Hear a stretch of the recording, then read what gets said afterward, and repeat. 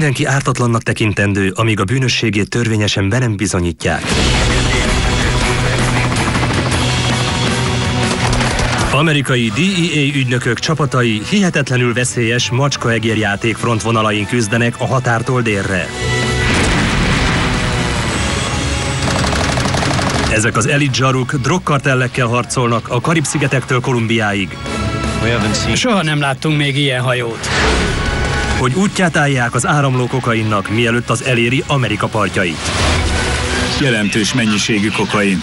Beáll a számra, tesó! Ellenfelük kegyetlen és leleményes. 100 kapszulát nyeltek le, csak nem 1 kilónyit. Milliárdokra rúg a tét. Az áldóját, mennyi pénz? Nézz körül, nyugi, biztosítsd a környéket. Az áldóját! Lépjünk be egy olyan háború veszélyzónájába, amiről már mindenki hallott. Ott van! De csak kevesen látták. Nem mond igazat. Az ott a mi emberünk a babával. Úristen! Jesszuson!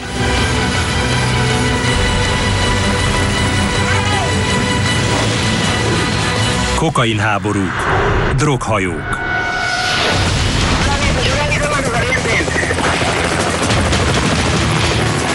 – 12 méteres cigarethajó suhan az éjszakában a Karib-tenger központi térségében. A rakománya közel 2 tonna színtiszta kolumbiai kokain, amelynek utcai értéke $300 millió.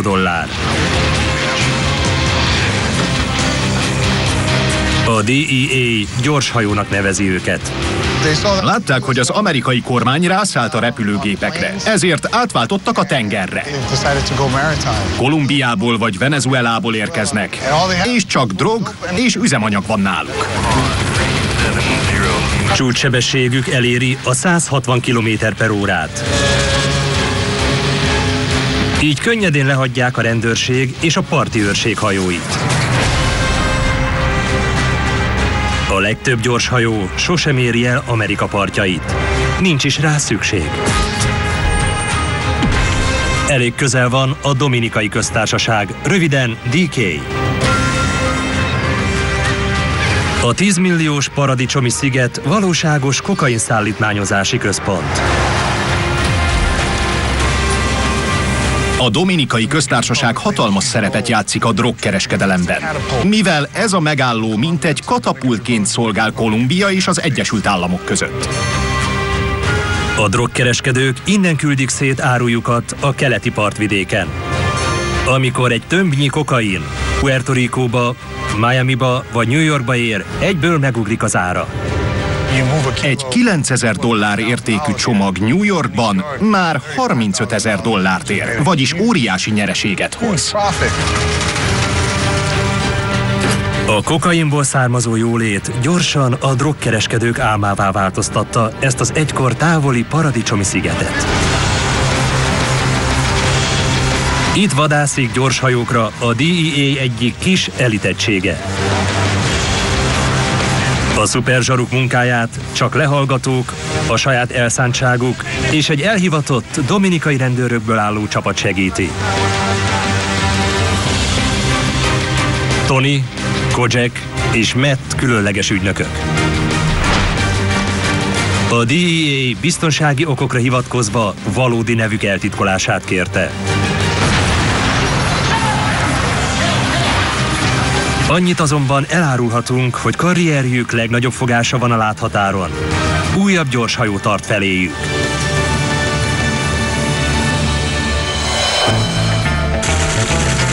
Santo Domingo, Dominikai Köztársaság. Különböző források alapján kezdtük meg a nyomozást, amely egy hajóval szállító csapathoz vezetett bennünket. Legutóbbi ügyük akkor kezdődött, amikor hónapokkal ezelőtt lekapcsoltak egy gyorshajót az itteni partok közelében. Hajóval érkeztek. Az embereink lecsaptak rájuk, és 616 kilónyi anyagot foglaltak le. 2 személyt tartóztattak le, ám a többiek még mindig szabadon tervezik a következő műveletet, melynek célja eljuttatni a drogot Puerto Ricóig. Reméljük, hamar elvágjuk az útjukat. Ám az óceán hatalmas. A csapatnak nincs hajója, csupán a helyi rendőrség helikoptere segíti őket a vadászatban, ezért szinte lehetetlen kiszúrniuk az érkező gyorshajót. Szerencsére a DEA és a helyi zsaruk nem egyedül pásztázzák a vizeket.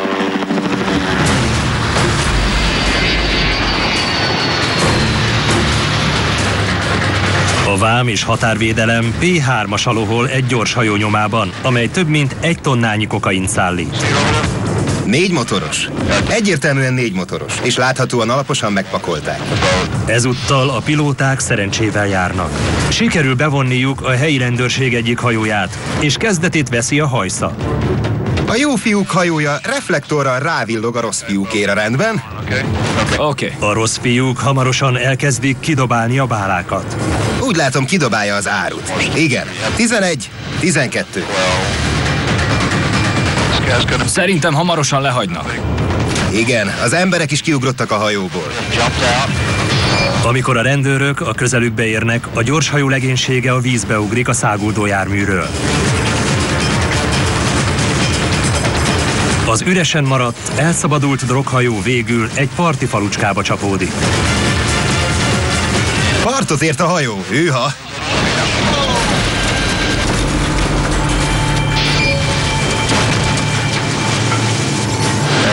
Már érkeznek a falubeliek, hogy megnézzék az épületeket, amelyeket letarolt. A helybéliek pillanatok alatt előzönlik a hajót, és széthordják róla a megmaradt kokaint.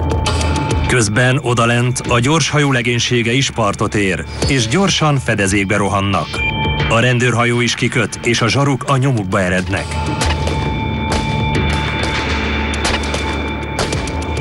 Rendben, készen állok. A másik hajóval beszél, hogy jöjjön, és szedje össze a csomagokat, mielőtt megteszi más. Oké, már csak egy rendőrségi hajó van odakint, és ki tudja, ki van rajta. Itt ritkaságnak számít, hogy a rendőröknek egyáltalán sikerült a rossz fiúk közelébe jutnia.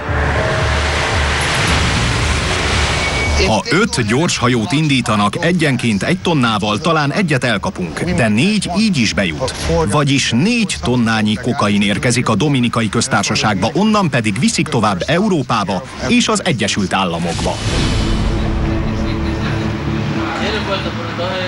Ennek a gyorshajónak nem sikerült elmenekülnie. Kojak és Tony, a 2 DEA ügynök, ma a rossz fiúk módszeréről akar többet megtudni.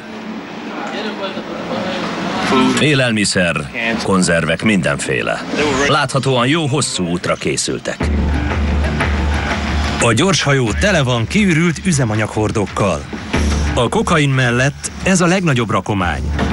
Közel 2500 liternyit fogyasztottak el, mire a hajó Kolumbiából eljutott az itteni partokhoz.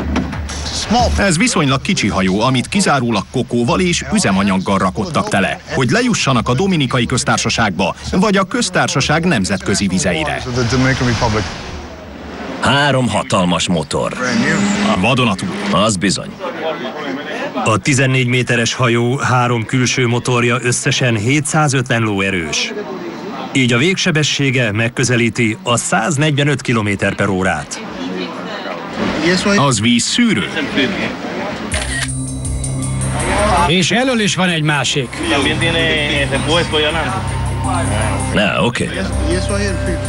Látszik a hajón, hogy túl van már pár úton. Az állapotán látszik, hogy nem vadonatúj. Jártak már vele itt-ott. A DEA-nek csupán maroknyi ügynöke dolgozik a Dominikai Köztársaságban, és a helyi erőforrások is szűkösek. Így nem lesz könnyű lefülelni a következő érkező gyorshajót. A főnökeim tudják, hogy keményen dolgozunk. Ha 24 órát kell lenyomni egyfolytában, akkor annyit. Olyan ez, mint a baseball. Őket azért fizetik, hogy az ütőt lengessék, minket meg azért, hogy elcsípjük a rossz fiúkat. Hello!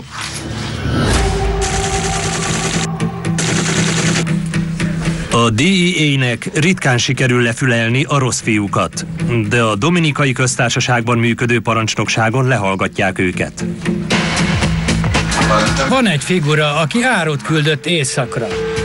A fickó elakadt és visszafordult. Most mit tegyünk? A helyet folyamatosan felügyelik a DEA és a Dominikai Állami Rendőrség úgynevezett érzékeny nyomozóegységének emberei. Itt a lehallgató a fő nyomozóeszköz. Ma kiemelt figyelmet kap egy érkező gyorshajóról szóló elkapott beszélgetés. Szóval adott egy figura, pillanat, aki 2 motort akar venni, és itt a DK-ban hívott fel valakit, hogy szerezze be neki. Még 2, 2 hajómotor. Gyors hajóba, amely Cartagenából indul. Pár napon belül. Már csak a motorra várnak. Ennyi. Amint megveszik, már indulhat is. A csapat fontos információkhoz jut az elkapott beszélgetésből. A gyorshajó kapitánya még a kolumbiai Cartagenában van, de hamarosan felpakol kokainból is útnak indul. Most várnunk kell a kokósokra. Várjuk, hogy telefonáljanak. Márpedig a kokósok nem kelnek fel délnél 1 óránál korábban, mert egész éjjel ébren vannak. Különösen pénteken. Nyilván keményen buliztak tegnap. Úgyhogy most várunk és meglátjuk, mi lesz. Reméljük, befut a hívás és elindulhatunk.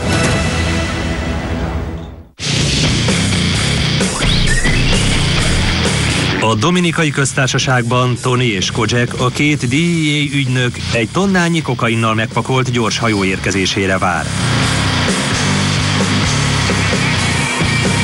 Ám a gyorshajók nem csak drogokat szállítanak. A csempészet készpénzes üzlet. Egy sikeres északi utat követően visszafelé gyakran zöld hasúval megpakolva érkeznek a hajók. Ezért a drogból származó pénz a DEA másik fő célpontja. Úgy tudom, este 8-kor viszik a pénzt. Jelzem majd, ha a pénz gond nélkül eljutott a bankba.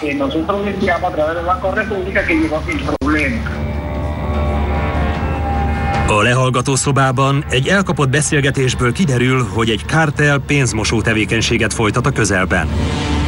Ha helytálló az információ, a vállalkozás havonta $5 millió drogból befolyó pénzt mozgat meg.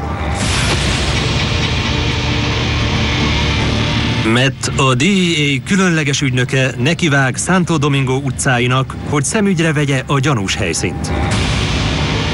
2 üzletet azonosítottunk, ahová kötegelve érkezik a pénz, amit itt mosnak tisztára. Ugyanaz a cég, csak 2 üzletük is van a városban. Kívülről mindkettő hétköznapi ruházati üzletnek tűnik. A nő, akit vizsgálunk, számos ruhaelosztó üzletet üzemeltet a Dominikai Köztársaságban. Ő a pénzmosó bűnszervezet feje. Emberek dobozokkal jönnek-mennek az üzletben. Halljuk, hogy összegekről beszélgetnek. Amikor egy ilyen üzletbe belépünk, sosem tudhatjuk, mit találunk majd. A csempészek sosem hagyják sokáig egy helyben ülni a pénzüket. Ezért a csapatnak le kell csapnia, mielőtt a pénzmosók elviszik a pénzüket a boltból. Matt és taktikai egysége 1 órán belül menetkész. 2 célponton kell rajta ütni, ezért Tonit kérte fel a másik csapat vezetésére. Először erre az üzletre csapunk le.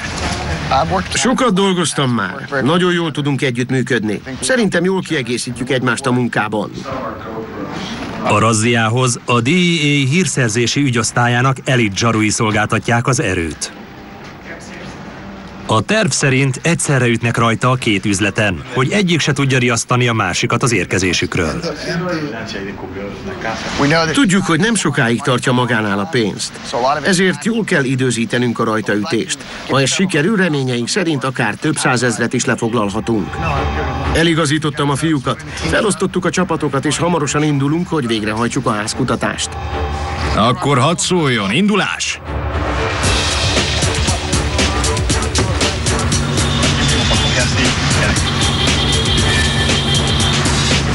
Ne félj, nem öllek meg! Ott a helyszín. Látod azt a zöldinges fickót? Az első emeleten. Úgy egy saroknyira állunk fel, és megvárjuk, amíg a másik csapat is elfoglalja a helyét a másik üzletnél. Rendben, most végrehajtjuk a házkutatást. Oké, rendben. Most megyünk be.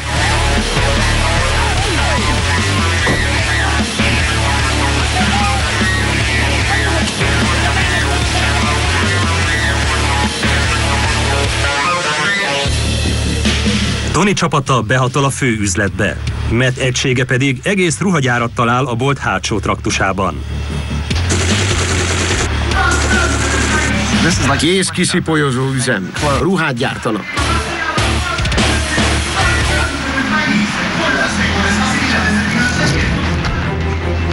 Az üzlet hatalmas, ezért Mattnek még nehezebb lesz megtalálnia benne a piszkos pénzt.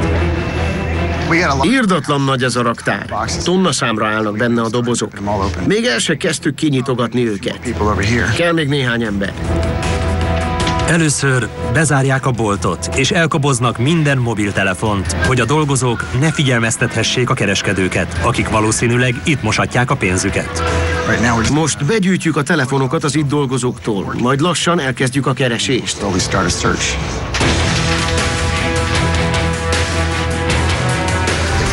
Ha nem találunk bizonyítékot, azzal lezárul az ügy. Az érintettek megváltoztatják a telefonszámukat és új helyet keresnek, ahol tisztára moshatják a pénzüket. Nem sokára találnak egy bőröndöt, amilyennel látták kibejárkálni az embereket az üzletbe. A bőrönd üres volt, de gondolom rengeteg pénz lehetett benne. Csak már szétosztották. Jött érte valaki.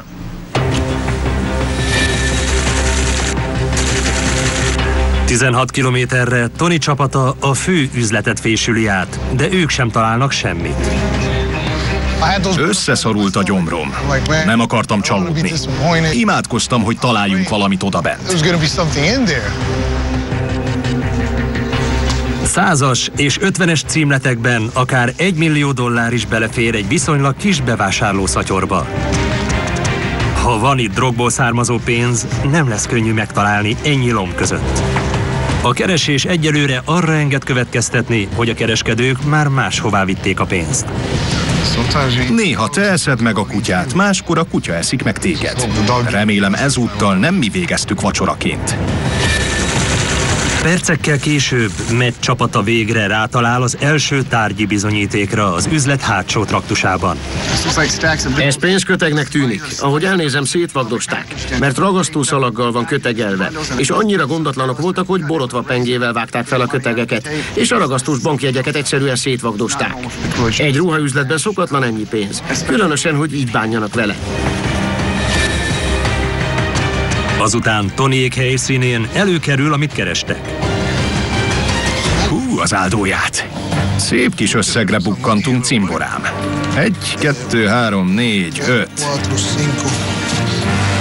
Nincs tele a bőrön, de ezres kötegek vannak benne.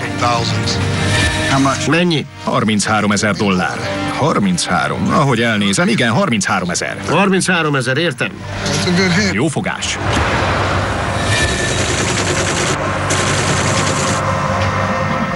Úgy látom, megérkezett a lehallgatott üzlet tulajdonosa. Kiugorhatott valamiért. Most beszélünk vele, és megkérdezzük, van-e nála pénz. Van még pénz? Azon kívül. Tudtommal nincs több. Biztos benne? Biztos, hogy nincs több? Megnézhetjük. Majd mi megnézzük, de látni akarom, mit csinál. Jó, egy perc. Látni akarom, mi van itt. Kerítse elő, bárhol is van. Félre akar vezetni bennünket. Azt hajtogatta, nincs nála több.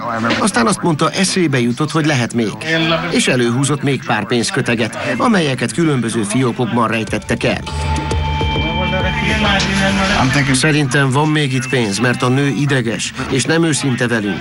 Ragaszkodik hozzá, hogy felhívhassa a főnökét Venezuelában, de most nem engedjük telefonálni.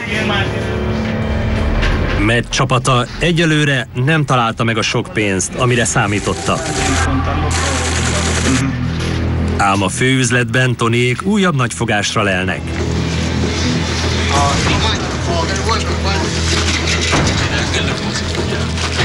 Találtunk még egy dobozt, még több pénzzel. Azokban a dobozokban küldözgetik. Az áldóját. Még egy dobozt találtak. És legalább 40 köteg van benne. Ez több mint $100,000. Több mint $100,000 van benne. Ez aztán a jó fogás. Kizárt, hogy egy ilyen üzlet $100,000 hozzon. Egyértelmű, hogy pénzmosó. Látszik, hol csomagolták és szállították el a pénzt. Még egy dobozt találtál? Igen, haver. Ahogy elnézem, 2, 3, 4, igen, úgy $40,000 lehet benne. 40,000 egy újabb dobozban, és még 100 egy másikban. Igen, több mint $100,000, vagy annak megfelelő. Ahogy mondtam, úgy $40,000 pezóban. Oké, mi csak a nő irodájában találtunk egyetlen pénzes dobozt. És a fiókokban volt még elrejtve pár pénzköteg. Ez is úgy 40,000 lehet. A 41 éves, 2 gyermekes anyát őrizetbe veszik. Letartóztatjuk a boltvezetőt. Felveszik az adatait, lefotózzák, új lenyomatot vesznek tőle, és 48 órán belül bíróság elé állítják pénzmosás vágyával. Nem szánom, nem sajnálom az ilyeneket. Tudják, hogy pénzt mosnak, és tudják, hogy drogból származik. Az államokba áramló drogok közvetlen eredménye. Ha elítélik, akár 10 évet is eltölthet egy dominikai börtönben a bűnéért. Itt lassan végzünk, már nem tart sokáig. Sikeres volt a rajtaütés, ám a lefoglalt pénz csak a mérleg egyik oldala. A bolt valóságos információs kincses-láda a DEA számára. Sok üzleti iratot gyűjtünk össze. Egy egész doboznyit kell átnyálaznunk, és a lefoglalt telefonokat is fel kell törnünk, hogy előhívjuk belőlük a számokat. Most fogjuk a bizonyítékokat és az őrizetest, aztán irány vissza a központba, ahol feldolgozzuk a bizonyítékokat. Még egyszer átszámoljuk a pénzt és adminisztráljuk az őrizetest. Most örülök. Persze még jobban örülök majd a végösszeg ismeretében, ha tudjuk, mennyi pénzt foglaltunk le. DEA irányítóhelyiség, hajnali 2 óra 30 perc.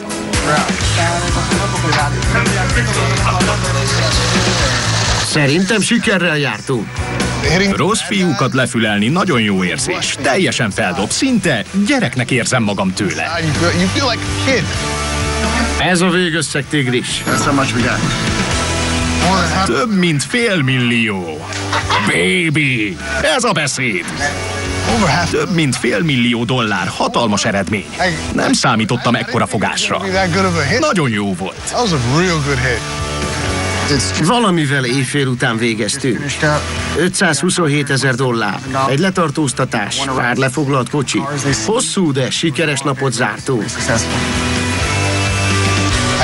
Ezzel kicsit megtépáztuk a szervezetet. Jó nagyot szakítottunk. Nagy eredménynek számít a pénzmosó lefülelése. Ám Matt, Tony és Kojak leginkább a kokaincsempészeket akarja elcsípni, akiktől a pénz származik. Ő kapja a pénzt, és ő mossa tisztára. De valaki hozza neki. Valakik hívogatják, és nekünk azokat a fickókat kell célba vennünk, akik a pénzt hozzák. És egy újabb gyorshajó érkezésével talán néhány napon belül alkalmuk is nyílik erre. A Dominikai Köztársaságban Kojak és Tony DEA ügynök egy lefoglalt kokainszállító motorcsónakkal készül vízre szállni. A céljuk felderíteni azt az eldugott partszakaszt, ahol a megfigyelt gyorshajó kiköt majd a jövő héten. Megnézzünk egy helyet, amiről úgy hallottuk, hogy a legtöbb gyorshajó ott szokott kikötni és kirakodni a kábítószereket.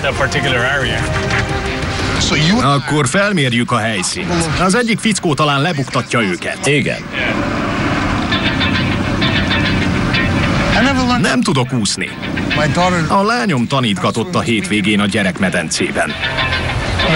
Én be nem megyek a vízbe. Ajaj, ajaj! Ez a beszéd. Uramisten, jesszusom!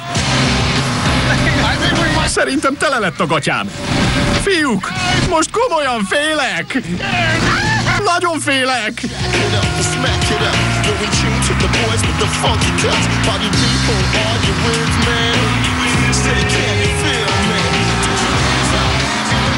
Ha belegondolunk, hogy ezek a kokósok Dél-Amerikában ülnek gyorshajóba, aztán vagy 25 órán keresztül száguldanak, elég nagy elszántság kell hozzá. Én nem lennék rá képes. Úgy kell ezt csinálni? Így kell ezt csinálni. Így kell ezt csinálni. Robbantsunk is, lassított felvételben. Látod? Így kell ezt.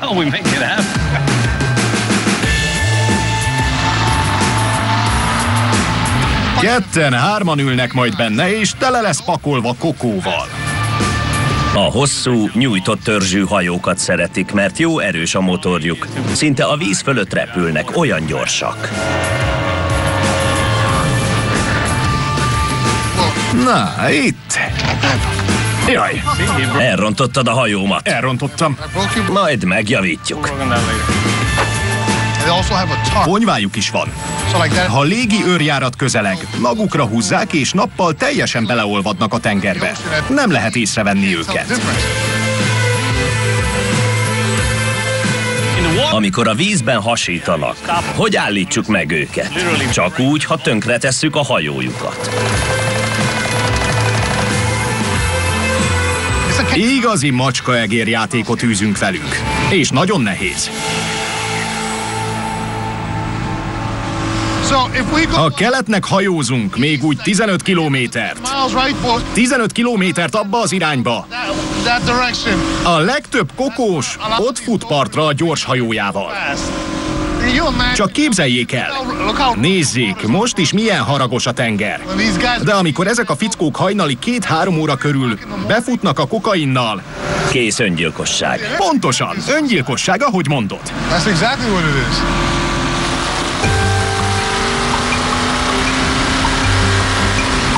Ugyan Tony a vízen nem érzi jól magát, a szigethez mégis erős szálak fűzik. A szülei a Dominikai Köztársaságból emigráltak az államokba, hogy a gyerekeiknek jobb élete legyen. Ám Bronx bűntöltépázott utcáin nem éppen a megálmodott Amerikájukkal szembesültek. Emlékszem, gyerekkoromban rengeteg volt a drog a környékünkön. Sok olyan iskolatársam volt, akit lelőttek, vagy 20 évre börtönbe zártak gyilkosságért.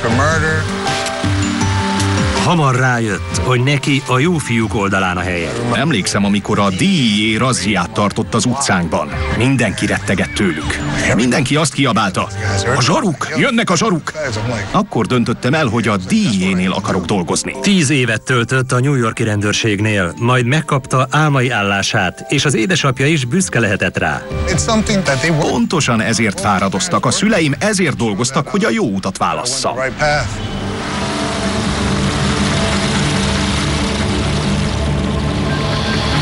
Alkonyatra már a potenciális gyorshajó kikötőhelyet vizsgálják. Ide szoktak befutni, és kirakodni a kokót. Később pedig vár rájuk valaki. Ott is vár egy csapat. Várják a kokó érkezését. Ha a szemmel tartott gyorshajó itt köt ki, ez lesz a félút a Dél-Amerikából kiinduló ellátási útvonalon.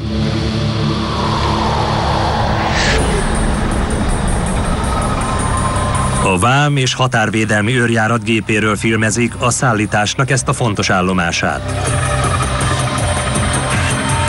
Először egy több tonnányi kokainnal megpakolt kolumbiai kisgép száll le egy távoli tengerparti kifutópályán. Gyorsan teherautóra pakolják az árut, amire már vár a gyorshajók flottája. Perceken belül 1 tonnányit rakodnak mindegyikbe, aztán irány a torkolat, majd a nyílt tenger. Onnan legyezőszerűen ágazik szét az útjuk a Karib-tengeren, például a Dominikai Köztársaság felé, ahonnan a világ minden tájára szállítanak kokaint. Egy tipikus csapat 2-3 napig száguld egy huzamban, miközben folyamatosan a nyomukban lihegnek a bűnüldöző szervek. Nagy a kockázat. Pénzt vagy életet. Nekivághatsz, de nem tudhatod, visszatérsz-e még.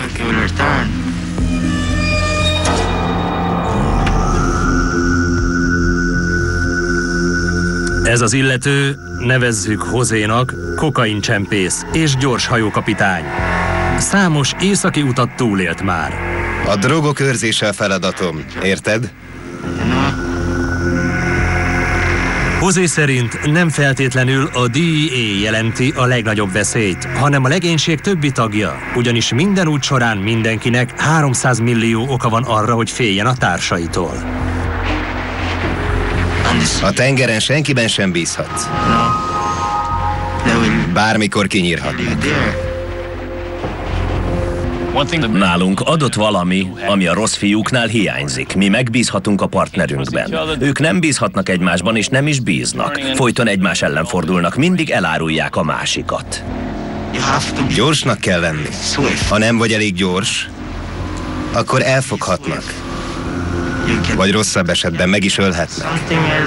Csak hogy a Karib-tenger több mint 1,5 millió négyzetkilométert ölel fel, és a veszélyek ellenére 10-ből legalább 8 gyorshajónak mindig sikerül átjutnia. Nehéz menet közben elcsípni ezeket a fickókat. Vízi, szárazföldi és légi egységek is kellenek hozzá. Ezért van ilyen nehéz dolgunk. A DEA csak akkor tud lefülelni egy gyorshajót, ha tudják a kikötés helyét és idejét. Egy közelmúltban elcsípett telefonbeszélgetésnek köszönhetően ezúttal Tony és Kojak rendelkezésére áll ez az információ. Türelem! Várjatok meg, srácok! Jövünk és elkapunk benneteket. Jövünk értetek! Nem menekültök!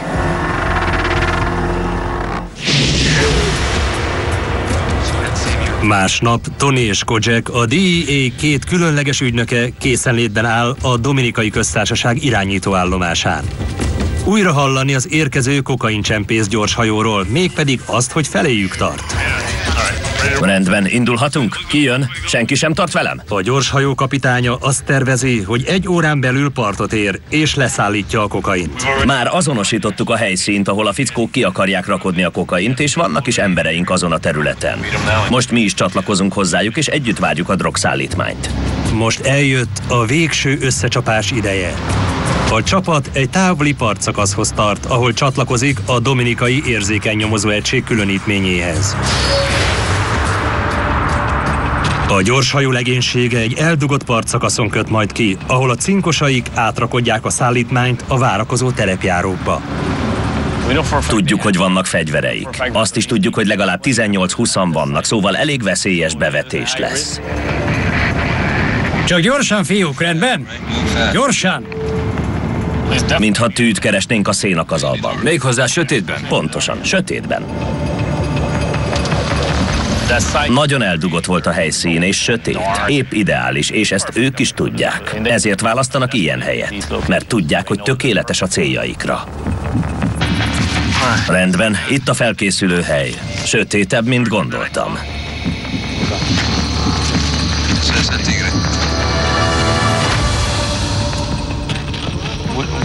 A lehallgatásokból tudjuk, hogy kommunikálnak. Most várjuk a hívást, amely elárulja, ha megkezdődik a művelet.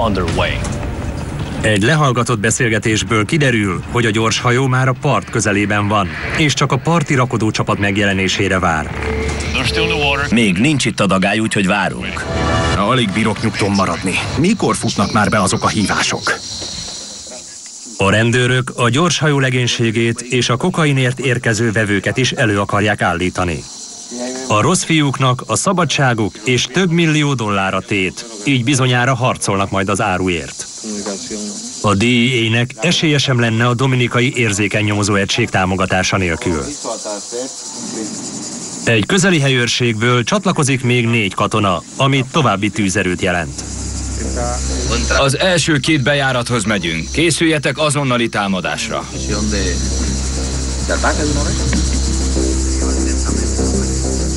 Ha nekünk ugranak, mielőtt biztosítjuk a kijáratot, élve felfalnak, mint valami ragadozó. Ha kocsit láttok kiállni, jelezzetek és érkezünk. Amikor a kábítószercsempészek érkeznek az árujukkal, általában tüzet nyitnak a megjelenő rendőrökre és a bűnüldöző szervekre. Közismert, hogy sok mindenre képesek. Ám Tony most amiatt aggódik, hogy a saját emberei lövik le. Amint belevágunk, mindenkinek mondd meg, hogy keresztűzben vigyázzon. Mindenki tudja, hogy a New York Yankees mezesén vagyok? Jó, világos, nehogy engem lőjenek le. Váratlanul befut egy lehallgatott üzenet, csak hogy nem az, amire számítottak. Elcsíptünk egy telefonbeszélgetést. A rossz fiúk figyelmeztették a bűntársaikat, hogy bűnüldöző szervek ólálkodnak a környéken, ezért ne álljanak ki a járműveikkel a partra. A vevők fülest kaptak, ezért nem jönnek. A csapat már csak azt teheti, hogy elkapja a hajó legénységét, mielőtt visszarakodják a kokaint, és elmenekülnek. Ezért kell azonnal reagálnunk. Indulás! Gyerünk, gyerünk! Meglógnak!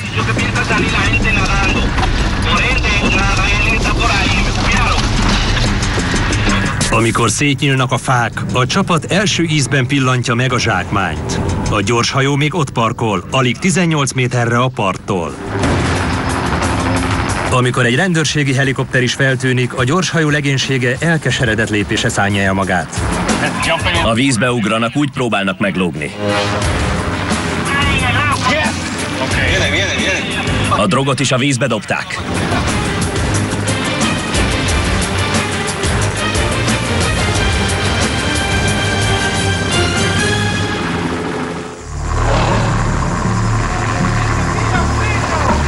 Őrült keresés indul a rossz fiúk után. Amikor kigurultunk a partra, tombolt bennünk az adrenalin. Valaki azt kiabálta, a vízben vannak, a vízbe ugrottak. Ezért mi is bevetettük magunkat a vízbe. De semmit nem találtunk, úgyhogy csak álltunk ott. Nem tudni, hogy a gyorshajó legénysége kiúszott a tengerre, vagy vissza a partra. Látod?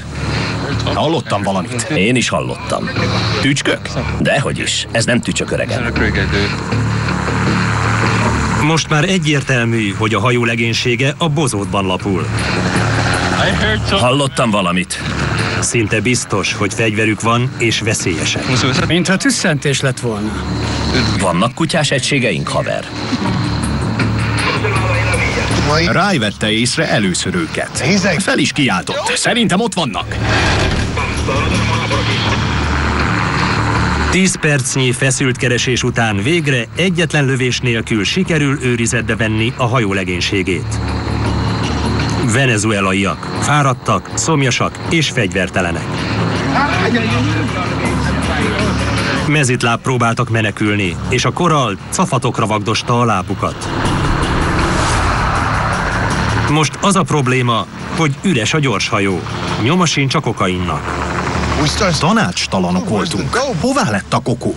Aztán az egyikünk felkiáltott. Az meg ott micsoda? Hé, gyertek csak! Szép munka, fiú! Kiszúrta a szemeteket! Gyertek ide! Ez a beszéd, tesó! Gyertek ide! Nézz körül! Nyugi, biztosítsd a környéket! Az áldóját! Biztosítsd a környéket! Ezt nézd, tesó, a mindenit! Gyertek ide! Szedjétek össze! Bálaszámra, tesó! Bálaszámra áll a cucc! Csak ledobálták és itt hagyták. Most már lesz mire inni. Nézzétek mekkorák! Egy jó fogás, jobb, mintha aranyat találnánk. Olyan, mint amikor egy kisfiú vagy kislány azt találja a karácsonyfa alatt, amire a legjobban vágyott. Bálánként 30 kiló. Egyenként 30x48. Mennyi az? Nem vagyok jó fejszámoló. Ránézésre több mint 1 tonnányi kolumbiai kokaint foglaltak le. Több mint 1000 kiló. 1 tonna kokain hever előttünk. Ki szagolta ki a kokót? Ki találta? Az a fickó. Ki találta meg? Legalább valami hasznomat vettétek. Kokószimat. Kokóradar, nézzenek oda! Ékás! Hagyd már abba. Majdnem leütöttél. Ám az örömöt hamarosan felváltja a döbbenet. Friss értesülések szerint valaki figyeli a csapatot. Egy elkapott telefonbeszélgetésben egy illető közölte a fő rossz fiúval, hogy a helyszínen van, és figyel bennünket. Valahol a közelben még mindig szabadon van egy rossz fiú, talán fegyverrel, és információkat közvetít a hallgatózó nagyfőnököknek. Valaki most is figyel bennünket, telefonnal a kezében. Nézi, ahogy lefoglaljuk a cuccot. Küldjétek fel a helikoptert, repüljön még pár kört, és világítsa be a környéket, hogy alaposan átfésülhessük.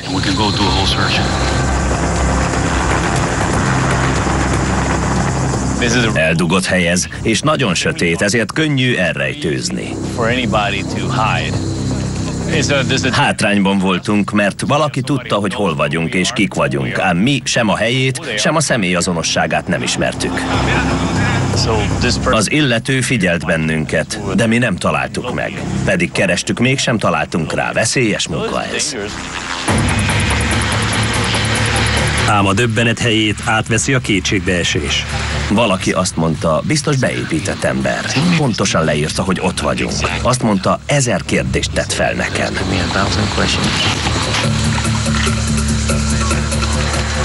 Valószínűleg az egyik helyi katona a mobiltelefonos informátor, aki a rajtaütés előtt csatlakozott a csapathoz.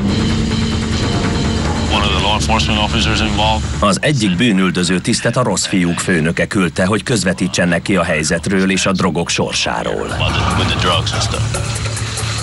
Megparancsolta a katonának, hogy derítse ki, mi van nálunk, mit tudunk, mit teszünk, és mi a következő lépés. A csapat begyűjti a mobiltelefonokat. Oké, álljatok sorba és ürítsétek ki a zsebeiteket.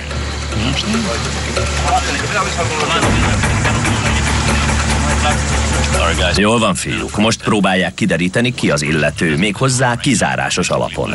Egyenként kizárják, aki gyanú fölött áll.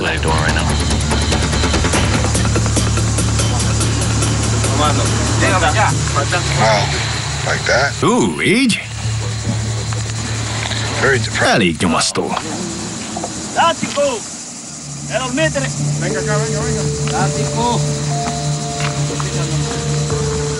A DEA csapatának a mobiltelefonok lefoglalása után sincs fogalma, ki lehet az áruló.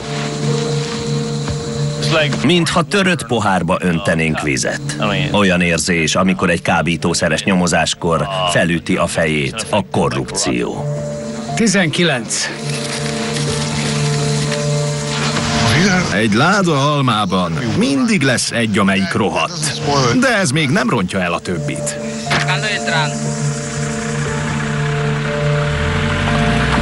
Reggelre sem sikerül megoldani a rejtélyt.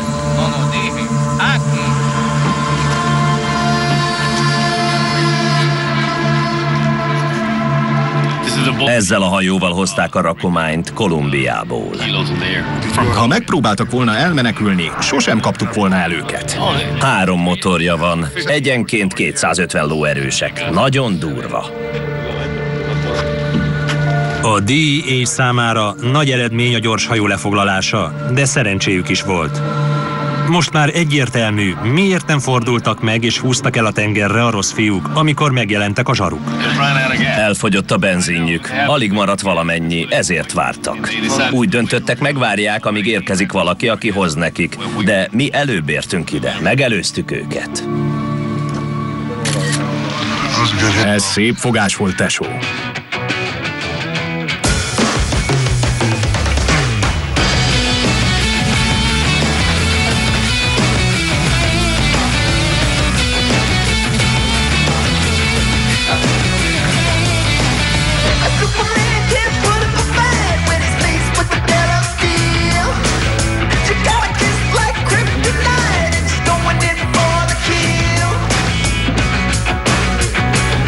A gyorshajó lefülelése végül a Dominikai Köztársaság történetének legnagyobb drogfogása.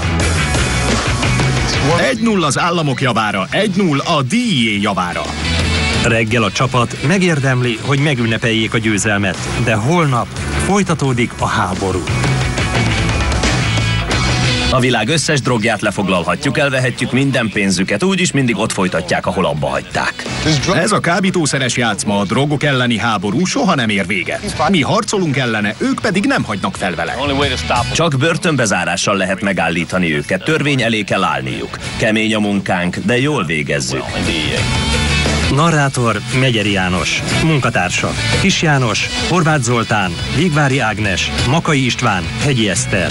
A magyar változatot a National Geographic Channel megbízásából a Master Film Digitál készítette.